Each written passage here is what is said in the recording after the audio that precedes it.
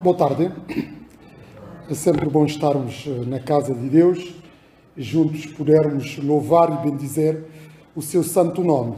E vou convidar-vos para abrirem comigo este salmo, salmo número 1, e para lermos os 6 versículos que fazem parte deste salmo. Hoje o tema que eu proponho para ser objeto da minha pregação é o caminho que conduz à felicidade eterna. A felicidade é a meta de todos os seres humanos.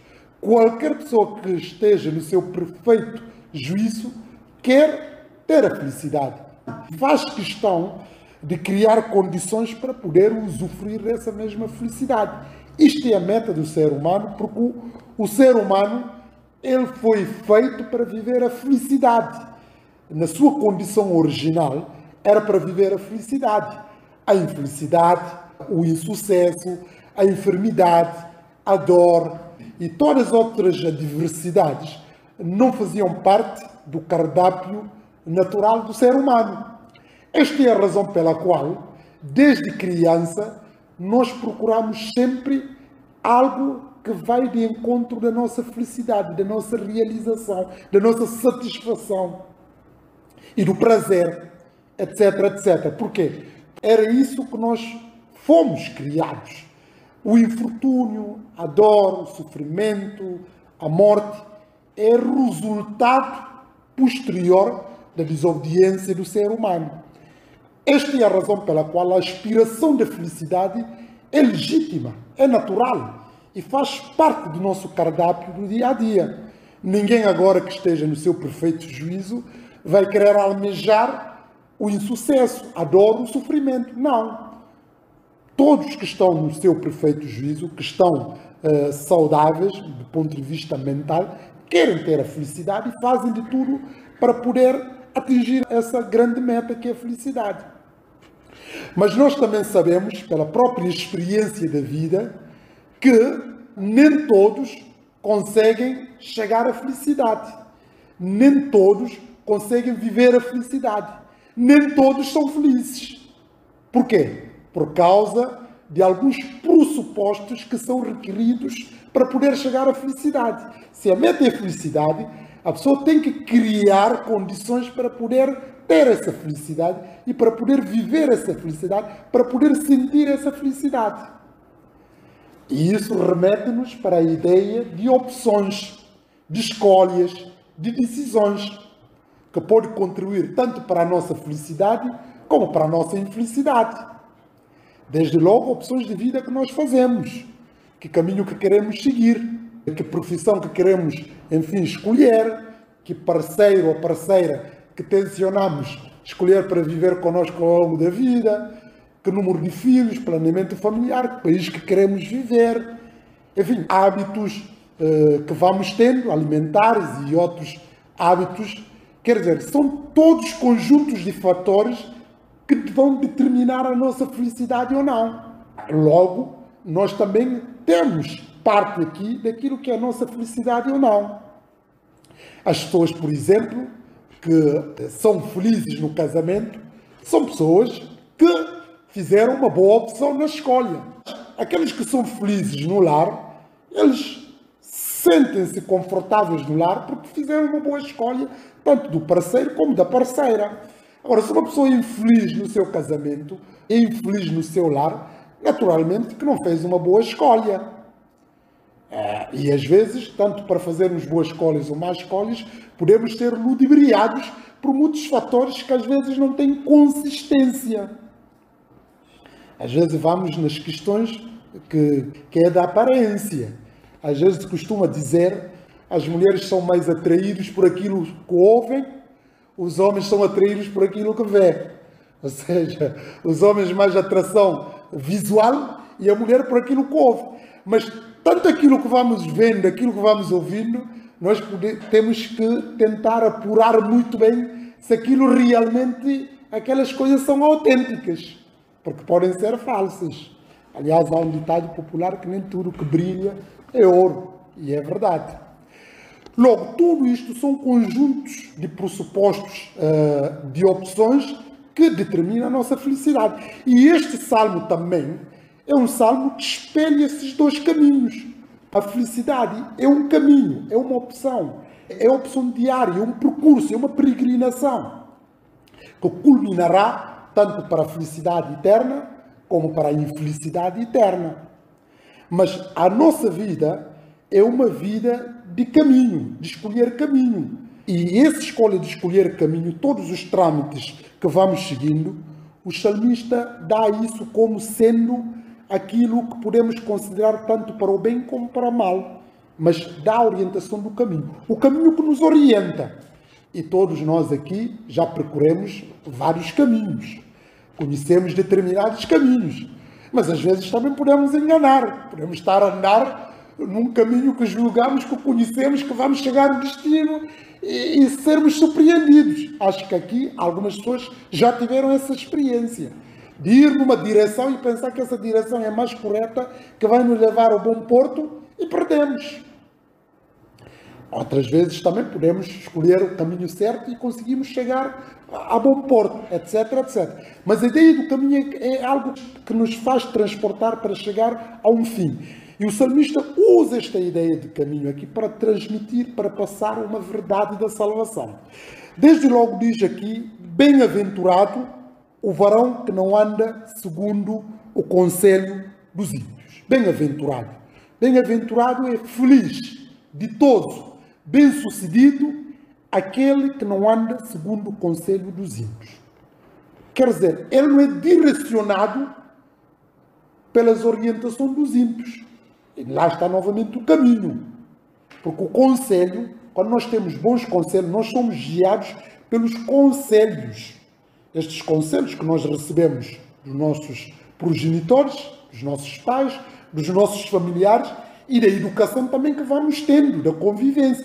Isso tudo que nos ajuda e dá-nos uma bagagem para nós decidirmos a opção que queremos tomar, em todas as dimensões, quer seja espiritual, terrena. Mas nessas opções de decisões, convém que nós tomemos decisões que são de bons conselhos, que não é conselho de qualquer um, e muito menos conselho dos ímpios. Por isso ele diz assim, bem-aventurado o varão que não anda segundo o conselho dos ímpios, porque os ímpios, eles normalmente, os seus conselhos podem parecer até conselhos interessantes, conselhos brilhantes, conselhos que, enfim, que levam a bom porto, mas isso tem ruína no fim. Por isso é preciso muito despertamento, muito discernimento, que adiciona Deus nos seus objetivos, nos seus planos, na sua vivência. É uma pessoa que não quer nada com Deus. Ele é ímpio, ele é ateu. Ele pensa de acordo com as suas convicções e mais nada. Ele afasta Deus de todas as suas opções. Ora, quando nós afastamos de Deus, de todas as nossas opções, nós caímos numa situação ainda mais complicada. Começamos a pecar. Quem é ímpio é um pecador. Qualquer ímpio é um pecador. Ele não é santo de Deus. Ele não é eleito de Deus. Ele é um pecador. Os ímpios, todos os ímpios são pecadores. Por isso aqui é uma graduação. A partir do momento que uma pessoa não quer nada com Deus, ele vive no pecado. Vive deliberadamente no pecado. Reparem aqui. Ele passa da condição do ímpio e vai mais além. Ele transgride a Deus. Se de um lado o ímpio não quer saber nada de Deus, mas ele não fica só nesta condição de não querer saber nada com Deus, ou de não reconhecer Deus, os seus atributos, ou a sua existência. Mas ele vai ainda muito mais além. Ele, ao mesmo tempo, transgride a lei de Deus. Ele confronta-se com os ornamentos, com os princípios, os valores de Deus. Ele entra em contradição, em confrontação com aquilo que são desígnios de Deus. Por isso ele é pecador. Pecar, nós sabemos isso do ponto de vista teológico, é falhar o alvo. Mas é falhar o alvo de forma deliberada e consciente. Passa deste grau de ímpio para pecador. Mas não fica, quando está nessa condição de pecador, ele vai muito mais além ainda. Ele escarnece, é escarnecedor, é um zombador. É uma pessoa que goza com a religião, que goza com aquilo que é de Deus, que lança anátemas contra Deus, quer dizer que faz-se de pouco de Deus, das coisas sagradas e dos filhos de Deus. Ele é um zombador, é um escarnecedor. Nota só a condição que os ímpios vai degradando. Ele começa numa situação de ímpio e vai para uma situação de pecador e escarnecedor. Quer dizer, está num estado de degradação que vai culminando com a sua sentença morte eterna. Só neste versículo está encerrado todas essas características. Repara, mas o homem que teme a Deus não vai por essa via, por isso ele é bem-aventurado.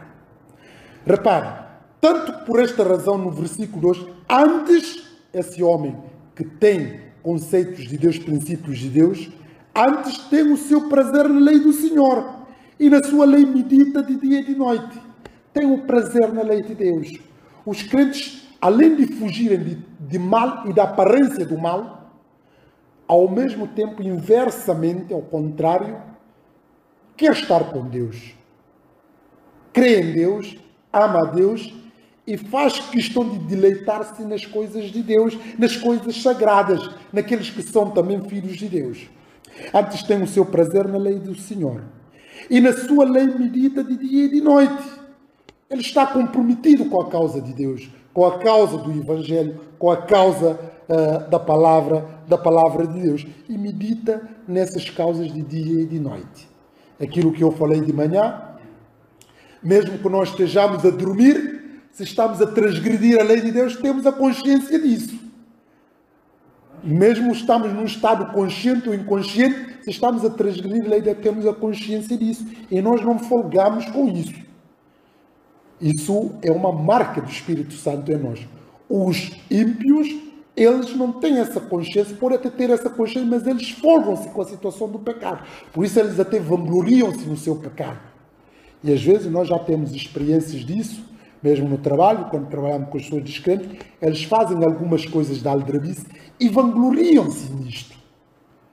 Às vezes vejo os colegas que traem os seus parceiros ou parceiras e fazem questão de mostrar que eles são muito bons, são gênios, porque fazem e ninguém descobre.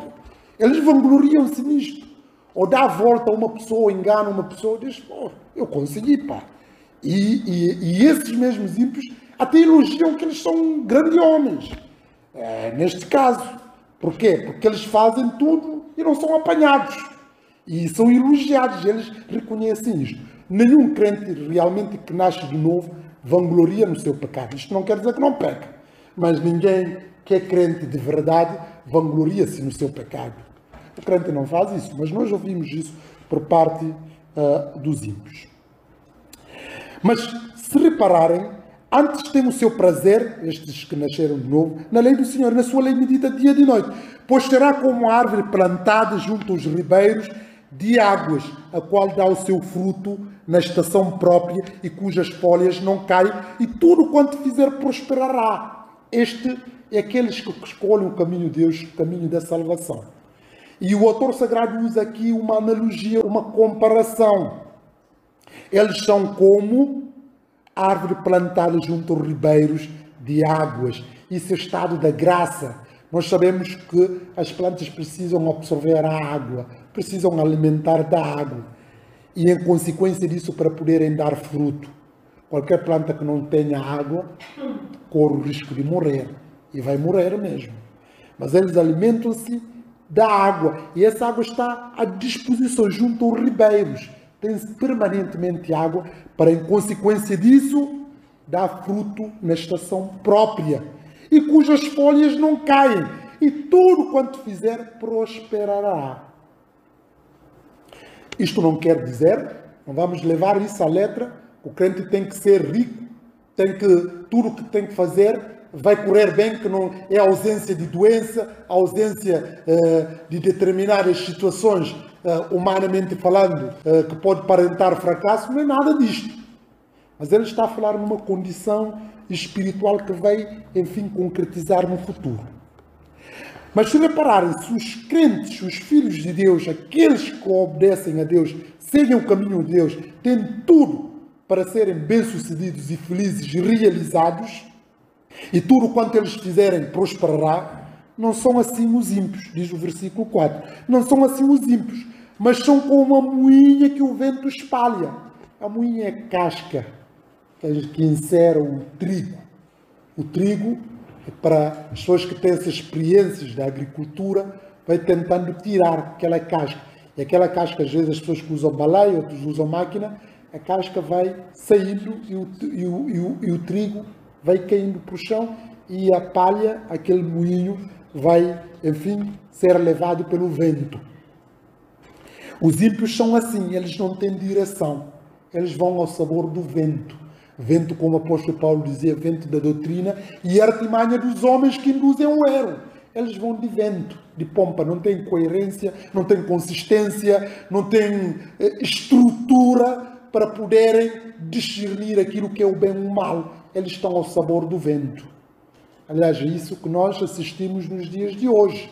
As pessoas que abraçam todas as filosofias. Tudo é relativo, nada é absoluto. Cada um tem a sua verdade, cada um tem as suas filosofias, contando que respeitemos uns aos outros, não temos que confrontar uns aos outros, mesmo que a pessoa esteja errada, vamos respeitar, pronto, podemos até não concordar, mas respeitamos e pronto, tudo é relativo. Esta é a sociedade pós-moderna, é que é enfatizado hoje em dia. Cada um tem a sua verdade. Tá bom, eu compreendo, tens a tua verdade, tenho a minha verdade. E ficamos assim tranquilos. Eles são levados por ventos da filosofia. Vê uma teoria, fascinam com aquela teoria e abraçam aquela teoria. Outra vem e eles, enfim, abraçam e por aí fora. É espelho como eles são. Eles são porque eles deixam-se levar. Os ímpios, eles deixam-se levar por aquilo que podemos, o autor usa aqui como a moinha, que o vento espalha. O vento espalha, leva para onde quiser. Eles não têm consistência. Estão levados, são leves, são frágeis e são levados ao sabor do vento. Mas no versículo diz, pelo que os ímpios não subsistirão no juízo, nem os pecadores na congregação dos justos. Desde logo os ímpios, eles não subsistirão no juízo. Eles podem fazer muitas artimanhas que às vezes os homens nem descobrem, sabem. Mas um dia no julgamento, onde todos vão aparecer no tribunal de Cristo, todas as suas ações vão ser, enfim, averiguadas, vão ser expostas aos olhos de tudo para verem. E eles não vão subsistir, eles não vão resistir. Eles vão ser, enfim, sentenciados. Eles vão ser destruídos. Eles vão ser condenados. Eles não mais poderão subsistir no dia de juízo, porque há provas, evidências claras e irrefutáveis contra eles, que eles não vão conseguir resistir, que vão ser derrotados. Mas ao mesmo, nem os pecadores na congregação dos justos, ao passo que os justos tomarão parte na congregação, a Santa Igreja, a Igreja vitoriosa, juntamente com o Senhor Jesus Cristo. Mas os ímpios não. Eles vão ser ali posta ao lado, como o Senhor Jesus disse, uns à esquerda e à sua direita os bodes e as cabras à sua esquerda. E depois diz, apartai-vos de mim, vós que praticais a iniquidade. Eles não vão poder resistir. E vão poder dizer, mas porquê disto? E Jesus vai explicá-los. Assim que foi a vossa ação durante a vossa peregrinação aqui na terra. E depois o versículo 6 insere essa grande verdade. Porque o Senhor conhece o caminho dos justos. Lá está a opção, o caminho. O Senhor conhece o caminho dos justos, mas o caminho dos ímpios perecerá. O caminho do ímpio desaparecerá. Deixará de existir. Vai para a perdição. É um caminho que leva à perdição, que a pessoa pensa que vai num bom caminho, mas o final é o abismo e ele vai cair naquele mesmo abismo. Mas o caminho do justo o Senhor conhece e eles são, enfim, promovidos para a bem-aventurança eterna, para a glória e para usufruírem da vida eterna juntamente com Deus. Este é o desafio que nós somos lançados, este é o desafio que a palavra de Deus quer que nós possamos reter e que possamos tomar decisões sábias, decisões esclarecidas, decisões que vão em encontro com o ideal da palavra de Deus, porque só assim que demonstraremos que somos novos seres nascidos espiritualmente pela salvação, pela graça salvífica de Deus. Mas para isso temos que fazer reparos que são necessários na nossa vida, não viver na ilusão, não viver no obscurantismo, não viver no pecado, mas procurar acima de tudo continuar a entregar e continuar a entregar as nossas vidas aos cuidados do Senhor Jesus Cristo. Só assim poderemos usufruir das bem-aventuranças eternas. Que Deus nos abençoe, que Deus nos ajude.